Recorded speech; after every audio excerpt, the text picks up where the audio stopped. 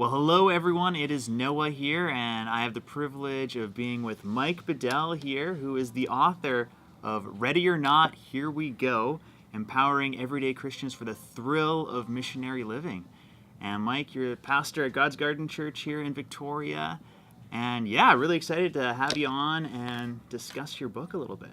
Yeah, honor to be here, Noah. Yeah, so tell us a little bit about what motivated you to write Ready or Not. Yeah, it was a bit of an interesting story for me. I've never had ambitions to write or put out books or anything like that, but for a number of years there's been some encouragements from some people that, hey, you should think about writing some stuff, and I always just put that in the back of my mind. Then we got to the place that, God's Garden is a church plant, and not long after we launched publicly, I had just finished up the first preaching series in our church, which I felt was a pretty important piece of laying the foundation for our church family, and it really represented, that series that I preached represented a lot of what I believe for the church, and not only that, for every Christian life. And then after that first series was wrapped up, we moved into some other teaching, and then there was a bunch of newer people that came along and were joining our journey, and I was like, but they don't know that stuff that I just preached. Do I re-preach it? What do I do? And so it was at that point that I started thinking, maybe I should put some of this, pen to paper, put some of this down. Mm-hmm. And I was really ambitious, and I was really ignorant about the writing process, thought I could do it in a week. And a year later, I finally finished and had something in hand. So this really represents not something that's just unique for our church, but, from my perspective, something that I believe is relevant to any follower of Jesus. Mm-hmm. So in the book you talk about being a missionary, and I think when a lot of people think of the word missionary, the picture that comes to mind is, someone flies away to maybe Africa, somewhere far away, and are talking about Jesus. Yeah. But in the book you pose the question, is it actually possible to be a Christian and not be a missionary? So can you flesh that out? What do you actually mean by that? Sure, yeah.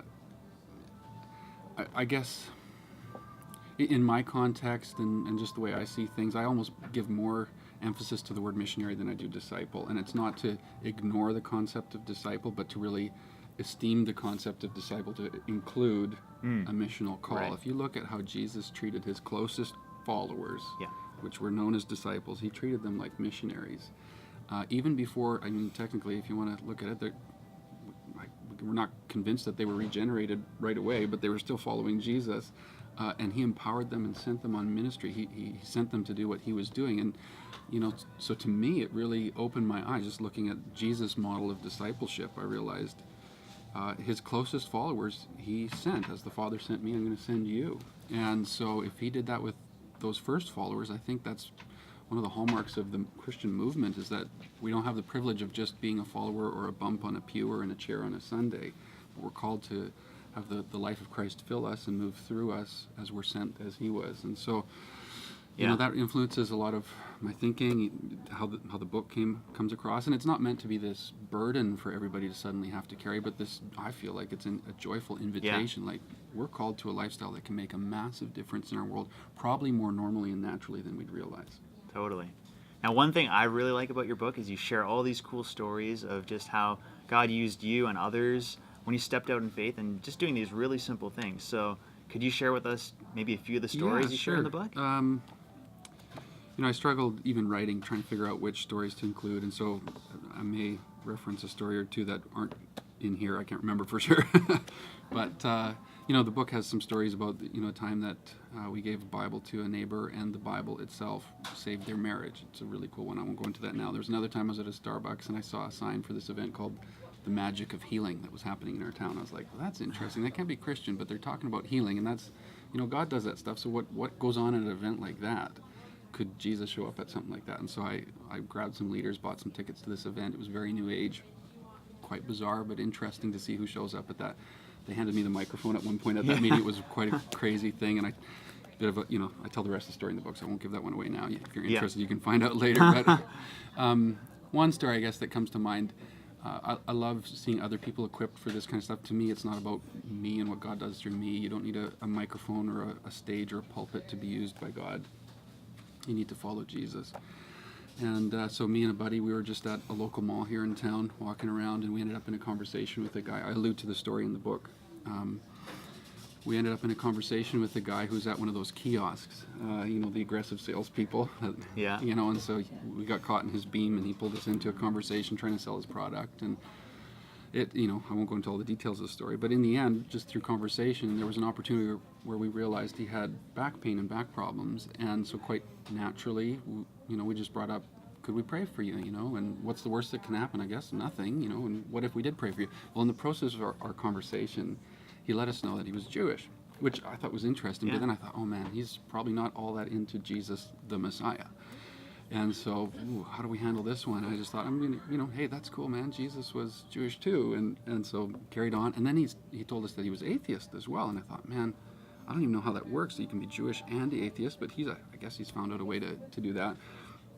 And in the moment, I got kind of nervous because I thought this could turn into this huge confrontation and argument. And he obviously doesn't believe Jesus is the Messiah, and he doesn't even believe there's a God.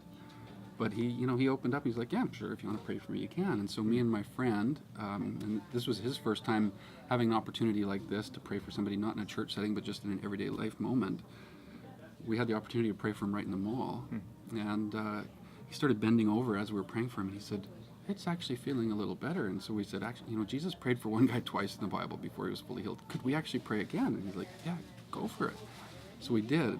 And he starts bending over again. He's like, what did you guys do? The pain is all gone. Wow. And it's one of those things, the supernatural stuff that God does, I don't always understand it. I don't get it. I don't have every good answer for that kind of stuff, but I know that he does it.